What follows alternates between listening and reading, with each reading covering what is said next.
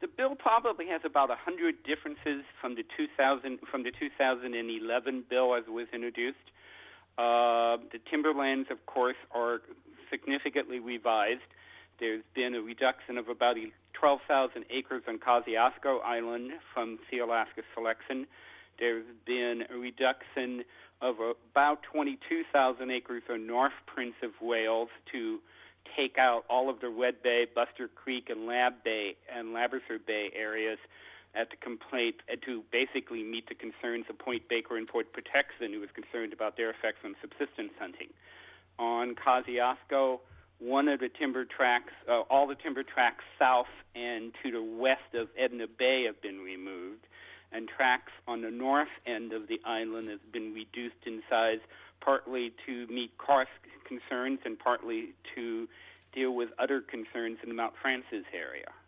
I can go over all 9 of the tracts, but you should have them in your materials. Basically, Sealaska, to make up for some of the reductions in the lands previously, are taking a little more land on Tuxacan and is getting an additional selection on Cleveland Peninsula of about 1,300 acres. As a practical matter, the lands being selected are somewhat similar to what was likely in the bill in 2011. There's been changes on the west side of Tuxacan, on the west side of Kosciuszko, for example, to protect fishery anchorages, on Tuxacan to protect a hatchery site, at Polk Inlet to protect an experimental forest area, and also a 12-mile arm to protect a Forest Service experimental forest area. The lands on Tuxacan have been changed to protect Corraheen Lakes, which is a salmon fishing area, which is a salmon fishing breeding spot, and also the creeks on Tuxacan. So there's been a number of changes in the bill. The lands on QU have been cut by about 10,000 acres from what was once proposed on QU. So there's a number of changes in the bills, mostly made to meet Forest Service concerns concerning endangered species. You will find in the bill, for example, when you look at the timber tracts, that there were a number of concerns about the effects on ESA, so on the Endangered Species Act. So for that reason, there were a variety of changes made in the tracts, largely to try to reduce old-growth habitat impacts. In the original S730, economic development would have impacted about 10,548 acres of old-growth habitat. But Sealaska would have impacted 34,983 if they had to stay within their original selection boxes. This new bill actually, by changing things around, means that Sealaska will only be impacting about 17,000 acres of the old-growth reserves, whereas they would take nearly 64,000 acres if they had to stay within their selection boxes. So the bill has been modified to try to reduce any chance of the Queen Charlotte goshawk or the Alexander Archipelago wolf reductions causing impacts for the Endangered Species Act and potential suits against logging. On small parcels, basically at one time the small parcels consisted of, the bill called for 5,000 acres of small parcel sites, or what used to be called fuser sites, and roughly 50 of them. This revised bill proposes 9 small parcel sites at 1,099 acres. All are in or almost on top of the boundary lines for the 10 selection boxes allowed Sealaska in the 76th Amendments to NSCA. There are 5 in the Yakutat area, 2 in the CAC selection box, and then 2 renewable energy sites, one hydro site at Lake Josephine on central Prince of Wales, and then the newest site is a 95-acre site to allow marine hydrokinetic energy from a site at the top of Dahl Island at Turn Point.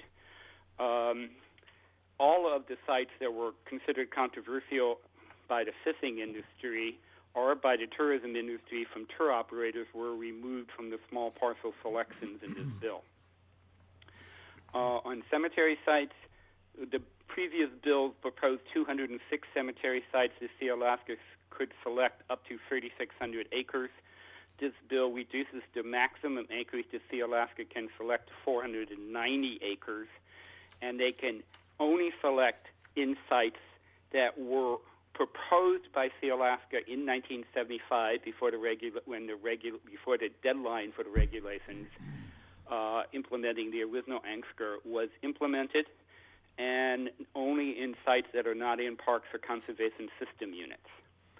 Another addition that's been added on cemetery sites is that Sea Alaska has to provide a 25-foot easement along Eddy Salmon Seam to allow sport or subsistence salmon fishing along Eddy Seam that would cross an historical site.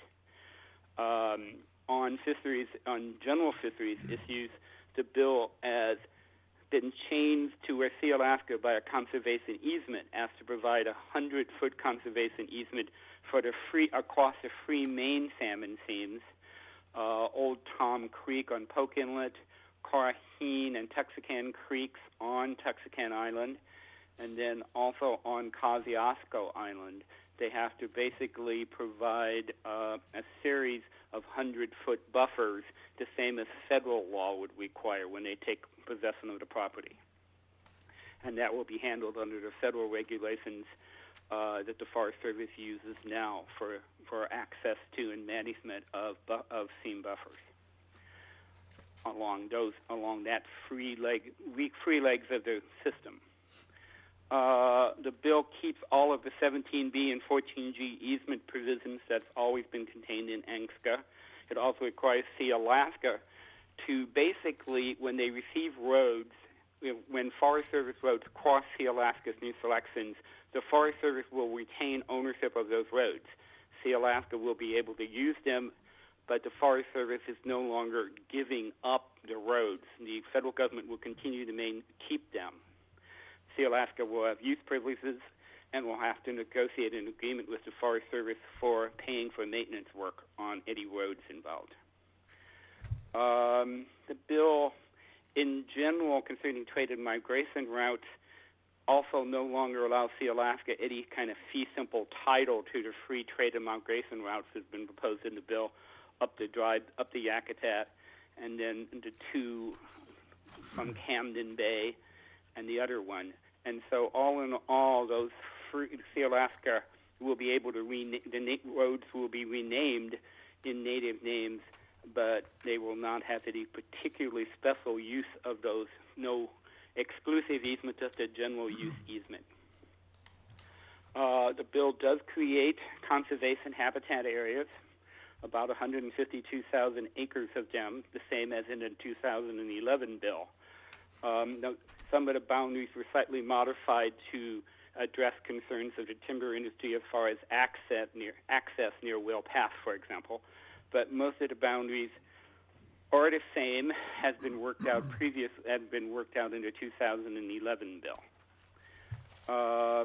There's about 57,000 acres of that 152,000 acres that might have a minor impact on the timber base. Most of the other acres is all already off limits to timbering because of Special Forest Service land plans, cross special protection areas, and the Hunker Divide canoe route protections that the Forest Service has in their planning documents under TLUMP. Outside of that, there is, back from 2009, we took out the provisions that provided grants to Sea Alaska for the Forest Protection Act or for the Historic Preservation Act from the Senate bill. We did that at the request of some groups in Alaska who was afraid that giving Sea Alaska the ability to receive grants under those government-to-government programs somehow would have an impact on native sovereignty and Indian country issues in the state. That was never really possible from the legislation, but it was just easier to remove the provisions, especially since, given federal budget cuts, there may not be enough money for grants anyway for those two programs. And in general, that's kind of a brief overview of the differences between this year's bill and previous bills for the Sea Alaska legislation. Concerning questions that the Commission had asked of us in the past, one of your questions was about the selection boxes. Why should Sea Alaska just simply be required to stay within the existing selection boxes and not be able to have new legislation? Senator Murkowski feels that that really doesn't work, keeping them in the selection boxes, for a variety of reasons. One of the reasons is if you look, for example, at the CTUC. Right now, Sea Alaska will be taking 38 million board feet from, Sea Alaska right now, under the selections they made in 2008, will be, as selected, and would be receiving 32,000 acres of timber. The bulk of their timberlands would be on the CTUC River corridor up by Yakutat. The problem with that selection is twofold. One, it's probably a bad idea environmentally, since the CTUC is the leading steelhead seam in the nation. But it's also probably a bad idea because Sea Alaska will probably never get to select that acreage. That acreage is covered by the gubernatorial veto provisions of the 1978 amendment. And for that reason, if the governor would veto Sea Alaska's selection of the CTUC River corridor, and I'm sure he would be under immense pressure to do so from national environmental groups if the Pebble controversy is any indication, this would become a major issue in the sport fishing community. Then we'll be back to where we are, because based upon the 2004 Land Acceleration Act, the deadline for Sea Alaska to select alternative sites as closed. And so they would be in a position where they would lose their 32,000 acres on the CTUC and have no choice, have no place to go to replace that acreage. You have other reasons why we feel that this bill is necessary to let them out of the selection boxes, is that there's 4,600 acres that they've selected in the Eiderberg area. That particular area would have real impacts at FOR Lake and at Eek Lake near Heidelberg is a major sockeye fish area. There's another 19,500 acres they've selected in the Craig area, directly in the Craig municipal watershed. That area is off limits to logging by Forest Service planning efforts, but if Sea Alaska selected it, it would cause a significant conflict to protect Craig's watershed. There's also 2,500 acres near Hooner that would cause the tour industry to be very upset because it would impact potential aesthetic values for cruise ships heading towards Glacier Bay. So, quite frankly, while Sea Alaska certainly has good old-growth timber that they can log inside the selection boxes, if they had to stay in those boxes, there would be significant problems environmentally and also with wildlife that would occur if that happened, which is why we tried to find them better alternative tracks that they could select that would have less impacts on fishing, hunting, and on tourism. The Commission, I know, has asked questions concerning ESA concerns. I think I tried to mention that earlier. This bill, the way it's been revised, actually lessens by about fourfold the concerns over Sea Alaska selections impacting ESA. If they had to stay within their selection boxes, their selections would have a much greater impact on the Forest Service planning process under TLUMP than if this bill is passed as currently is proposed. We've talked to the Forest Service for most of the past year about this in revising the timberlands and revising the small parcel site selections, and the Forest Service has told us they think that this would not require a major TLUMP land plan change. It would not require major changes in old-growth habitat preserves for ESA concerns if this bill passes. If this bill doesn't pass, then Sea Alaska, then there are likely to be far more significant ESA concerns by staying in the original tracks. The Forest Service, when they laid out the 2008 Tongass Land Management Plan, effectively knew and put into the appendix that the Sealaska land bill was likely to change and patterns were likely to change. But still, they used the likely sites that Sealaska was going to select as old-growth habitat reserves. And so for that reason, you actually get fewer old-growth habitat reserves affected by the new selections than would be selected in the selection boxes. There's a variety of other things I can bore you with, but I know the commission has asked us specifically concerning the conservation habitat areas. You express concerns about them. I would simply say that, once again, that most of those habitat conservation areas are not areas open to logging now under Forest Service planning.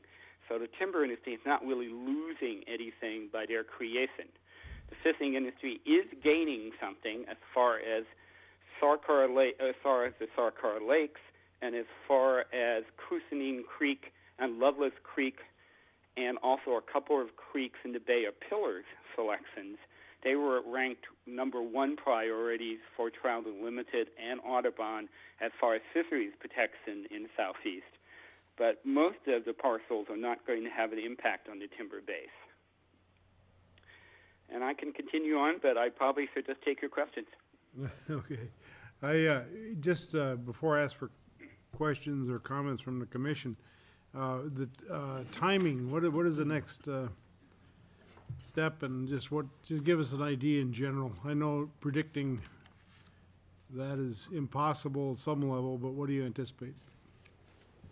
Well, I wish I knew what was happening with sequestration on next Friday, but assuming that Congress is not totally confused by what's going on with sequestration in the budget, my suspicion is that what will happen is that the Energy and Natural Resources Committee will schedule a hearing on Sealaska and a variety of other bills either after the second week of March, sometime in March before the Easter recess, or immediately thereafter in early April when we come back from Easter recess.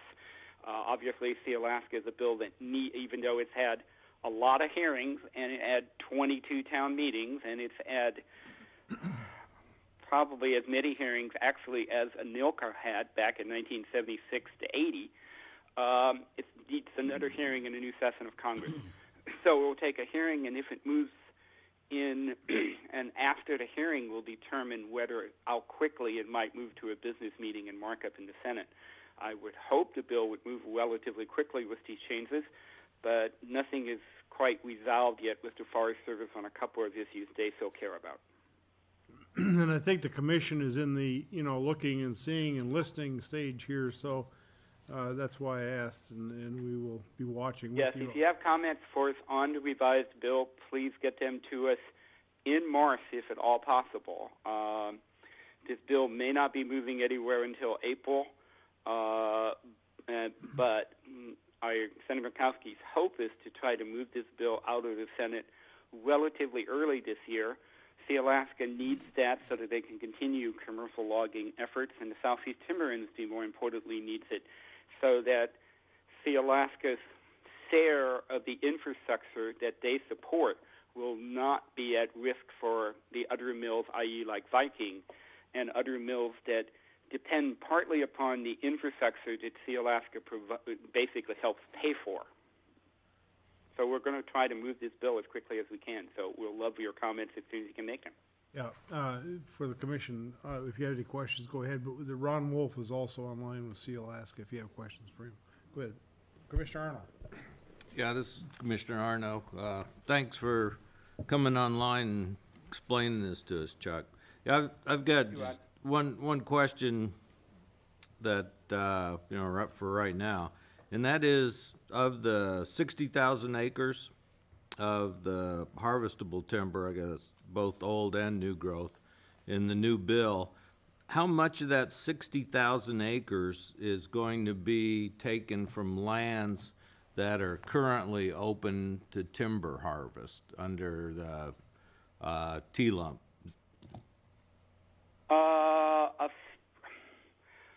I want to say clearly the majority of it is currently scheduled for logging under Forest Service planning. If the Forest Service sticks with the 2008 Tongass Land Management Plan, much of the acreage would be up for normal logging by someone.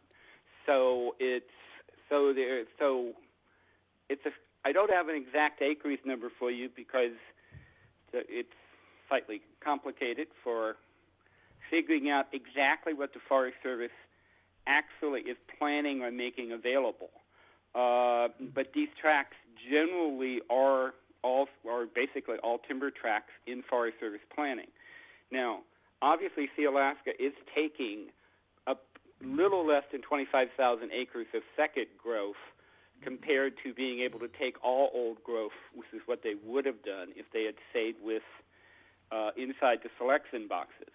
Also, Sealaska, by this bill, is agreeing to accept a reduced amount of acres. Sealaska administratively is agreed to select 70,075 acres as a total entitlement if this bill passes. They would feel that they should get up to 85,000 acres to complete ANGSCA if, in fact, this bill does not pass. So they're actually taking about a 15,000 acre reduction in order to get this bill done sooner rather than later. But most of that would be lands that would already be in the timber base. So we've moved tracts around to protect Viking and to try to protect the small mills at Foreign Bay, for example.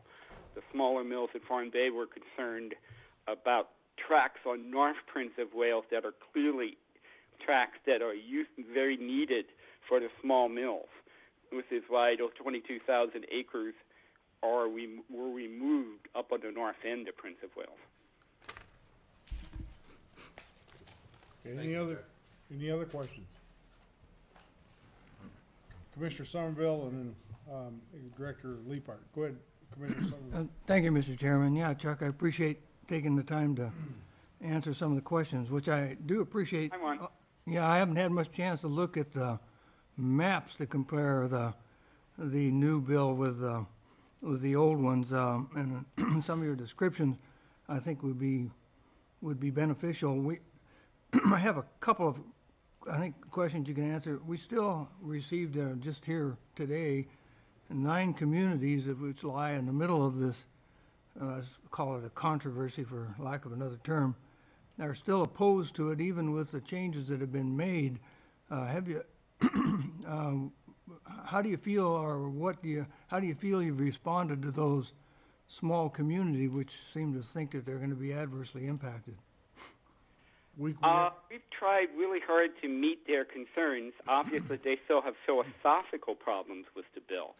For Ender Bay, we've taken nearly 12,000 acres away from Sealaska on Kosciuszko Island. All of the tracts that Ender Bay people use for wood gathering and for subsistence hunting west and south of Ender Bay has been removed from the Sealaska selections. And the road to Cape Pool, which was a major concern of Ender Bay people, are not covered by this bill anymore. Chuck, concern are not covered. Chuck, this is Representative Keller. We have the capability of pulling those maps up. If the commission wants to take time with that, I'm going to let it be your discretion. Do you want us to do that, or? We probably don't have time today to go into. It seems like it'd be a little more detailed than what we want at this time, as far as getting the maps up. So we won't do that. But sorry to interrupt. Go ahead. I'm sorry. Nope, no problem. And also to meet Ender Bay's concern, Ender Bay has always been concerned that one of their portable water sources in the event of dry weather could be impacted by logging roads close to Ender Bay. To solve that problem, we basically put in a ability for Sealaska to use a North Sibley Bay log transfer site for any logging on Kosciuszko that should keep their trucks or keep any impacts out of Ender Bay proper. So we think we've solved Ender Bay's basic concerns by this bill. I'm sure that people in Ender Bay have a different view of that. For Port Baker and Port Protection, They obviously were most concerned about logging in Lab Bay, Red Bay, and Buster Creek on the north end of Prince of Wales. That, especially logging anywhere near the 20-mile road, all those tracks have been removed from this bill. The closest that logging will actually come to Point Baker is probably about 9.5 miles south, and that's the northern tip of the Calder tract that still is included in this bill. But as far as affecting their subsistence as hunting areas, and as far as impacting somehow transportation for the people who park at the 20-mile road and hike in to Point Baker, that problem should be solved. I'm not quite sure what the problem with this bill would have been for the city of Coopernorth, so I can't really comment on that one. I've never seen a good explanation from Mayor Fries as to why that's an issue there. Cape Pool, they were concerned simply because of access problems and because they were concerned about logging right along the water that would affect with wind blow could have affected boat travel in and out of Cape Pool. This bill sort of solved that problem. There is a half-a-mile leaf slip along that side of the island. Alaska is no longer taking lands at Cape Pool, and is no longer taking the road corridor leading to Cape Pool from end to bay. So we've tried to solve all of the concerns for Cape Pool. Hollis, I honestly have never understood the Hollis concern with this bill. There is no logging activity near Hollis in the bill, and I never really understood their problem with it. Nocatee, having conducted the town hall meeting in Nocatee on the bill, they were very much concerned just simply because of the impacts on Edna Bay and on Kosciuszko. There is near Nocatee, the only timber tract that's anywhere near Nocatee is basically the Calder tracts to the north of town, and those tracts, I'm not quite sure how they would impact activities for Nocatee as far as subsistence or as far as any other type of gathering activity. Point Baker and Port Protection I've talked about, and Whale Pass was concerned, I believe, about when the bill contained logging activity up on North Prince of Wales. I'm not quite sure why they feel that it is, except for the philosophical reason that they feel that Alaska should have to stay inside their original selection boxes. And I've read their letter, and I certainly understand that back in 1935, when the Clinton-Ida settlement was first proposed, that there was indeed hearings held in 1944 in Heidelberg, Cake, and Clorock concerning Indian claims on lands. The problem with that argument, it seems to me, is that the Alaska Native Civil Rights Act passed in 1945 after the hearing had begun on Native claims. And obviously the 1971 land claims settlement certainly superseded, in some respects, the Tlingit-Oneida settlement. In the Tlingit-Oneida settlement, Alaska Natives in the Southeast received about 38 cents an acre for settlement of their 7.5 million acres of lands that was given up in the Tlingit-Oneida settlement. That's not what you would call an extremely large payout, it seems to me. And so I understand philosophical concerns, but as far as their practical concerns with the changes made in the bill, with the easements that have been given in the bill, as far as for cemetery sites, of which there are very few near any of those villages that Alaska could possibly select, and there are no small parcel sites now near any of those villages. So I'm not quite sure why they are still as adamantly opposed to the bill as they were, except for the philosophical concept. And philosophically, it will have the bill, if Alaska stays inside their selection boxes, it will have a far greater impact on wildlife and hunting and fishing and sports hunting, and for the guides. I should have mentioned that the bill also contains a provision that all guides automatically or that are in good standing with the Forest Service get to use the length of their existing permits and get one guaranteed extension before they even have to deal with Sea Alaska as far as continuing activity to their guides permits and their guiding areas. And that change certainly adds one support from the Alaska Outdoor Guides Association who is supporting the bill. At least they were when last I spoke to them. Commissioner Somerville? Yes, Mr. Chairman. Yeah, just a couple other quick ones, Chuck, and that one, which I think the response that most of us received from Senator Murkowski's office is the intent is not to set any precedents, and it's not, I know you've had that expressed by a variety of people, especially over some of the original legislation, and I'm sure your answer is yes, she did not intend that.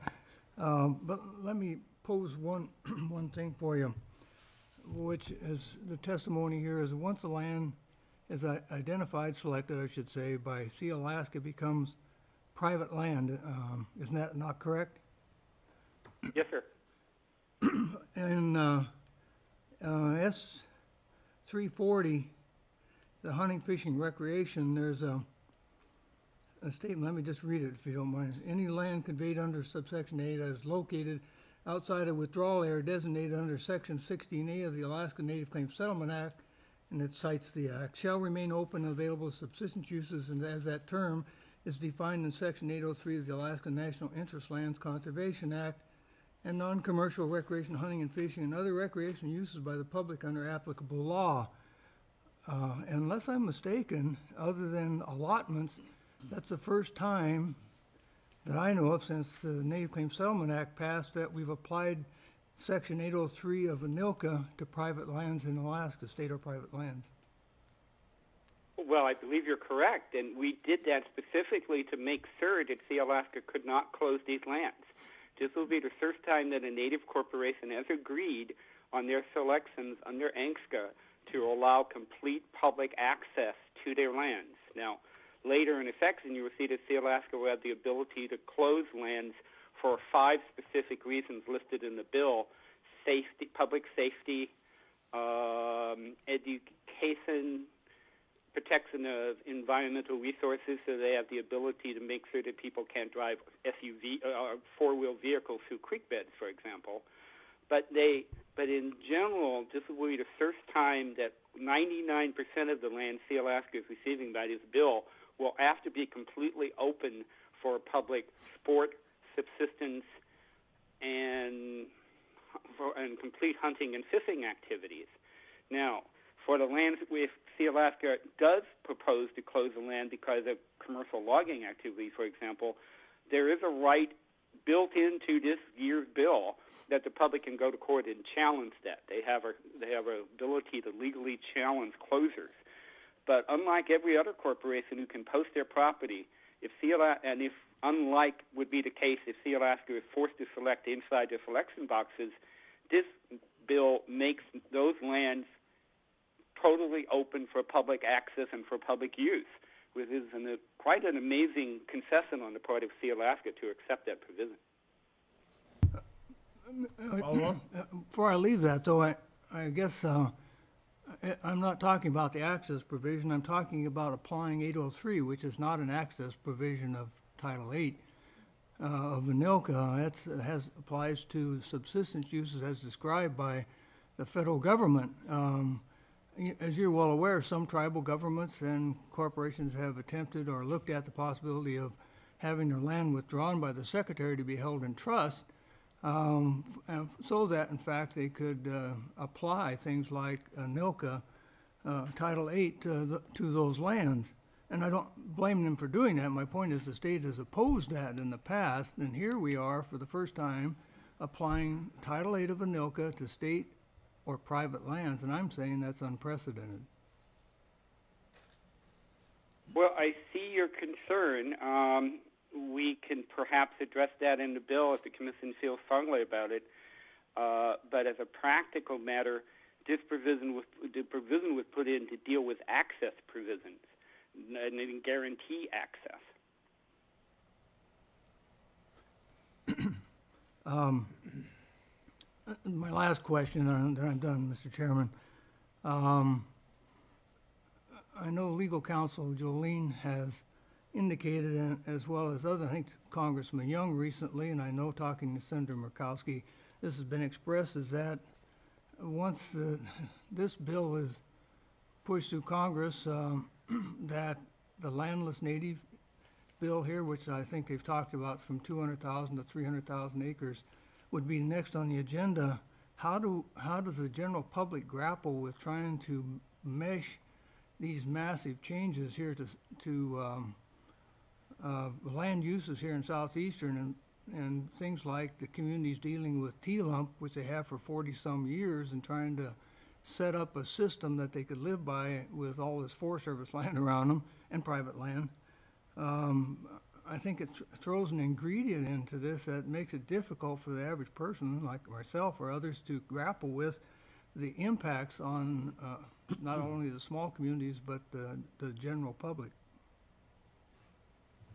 Well, Congressman Young has introduced the landless native bill. I believe the maximum amount of acres involved in the bill is about 110,000 acres, not 200,000 or 300,000. But you're correct. The bill has been introduced in a number of Congresses, and so far it is not moved. There are obviously 5 village corporations that did not receive land in the 1971 settlement. There certainly have been complaints about whether that was a fair allocation of a fair decision for Kesekan proper, for Wrangell, Petersburg, for Tennessee, and for Haines itself. But at this moment, that bill has not been introduced in the Senate.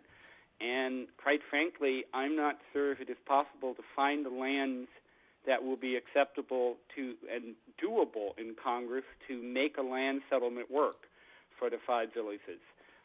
We may have to, if Senator Murkowski would like to write what he considers this wrong, but I suspect it's going to require activities similar to what was given to Siri with their selections in the past that basically would involve cash settlements to the village corporations, or the ability to select other federal assets, or the ability to select land out of reason. Because passing another 110,000 acres out of the Tongass will be an extremely difficult task in the U.S. Congress. Now, there's obviously a Forest Service discussion going on concerning the Mental Health Trust for a land exchange that would probably involve about 23,000 more acres, but that would be a pure land swap based upon value for value. But outside of that provision, the only other provision would be potentially would be the landless natives, and also some small fix in a Vietnam Native Veterans Allotment Bill, which has largely not worked in Southeast at all. Director Lieber. But I understand the concern, and I suspect that for people in Southeast, it will be quite some time before there will be additional changes in land patterns. Well, thank you. We'll continue to document the comments that we get and feedback we get, and we'll look at it. And we're very grateful that you took this time with us. I appreciate it very much. Does any commissioner have a last question? I don't mean to ram through this, but thanks, Chuck.